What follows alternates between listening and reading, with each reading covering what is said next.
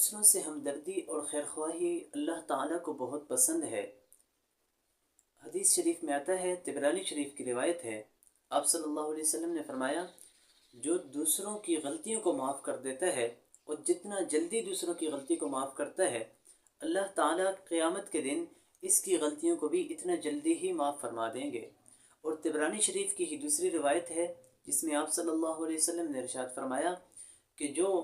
دوسروں کے عذر کو جلدی قبول کرتا ہے، اللہ تعالیٰ قیامت کے دن اس کے عذر کو بھی قبول فرما لیں گے۔ من کف غضبہ کف اللہ عنہ عذابہ یوم القیامہ،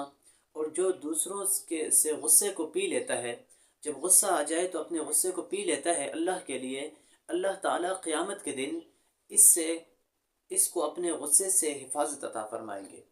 یعنی اللہ تعالیٰ قیامت کے دن اس سے درگزر والا معاملہ فرمائیں گے۔ حضرت تھانوی رحمہ اللہ نے ایک واقعہ لکھا ہے، وہ فرماتے ہیں کہ ایک خاتون کوئی غلطی کر بیٹھی، کوئی ایسا اس نے نقصان کر دیا کہ اس نقصان کے بارے میں اس کے شوہر کو جب پتہ چلا تو قریب تھا کہ وہ اس کی مار پیٹ کرتا، وہ اس کو ڈانٹ ڈپٹتا، اس کو گھر سے نکال دیتا، طلاق دے دیتا۔ اس قدر بڑا نقصان کیا اور اس قدر بڑی غلطی کی، اس خاتون کو خود بھی احساس ہوا، لیکن جب اس کے شوہر کو بات پتہ چلی، اس کے شوہر نے اللہ کی بندی سمجھ کر اللہ کی رضا کے لیے معاف کر دیا۔ کچھ وقت گزرنے کے بعد یہ شخص فوت ہوا، کسی نے خواب میں دیکھا کہ یہ شخص جنت میں ہے۔ جب اس سے پوچھا گیا تو کہنے لگا، جب میں نے اپنی بیوی کو اس غلطی پر اللہ کی بندی سمجھتے ہوئے اللہ کی رضا کے لیے معاف کیا تو اللہ تعالیٰ نے میرے حساب کتاب کے وقت مجھے بھی معاف کر دیا۔ جب بھی انسان خیر خواہی کرتا ہے، جب بھی انسان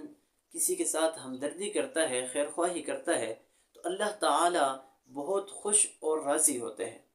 پیارے آقا صلی اللہ علیہ وسلم فرماتے ہیں، خیر الناس من ینفع الناس،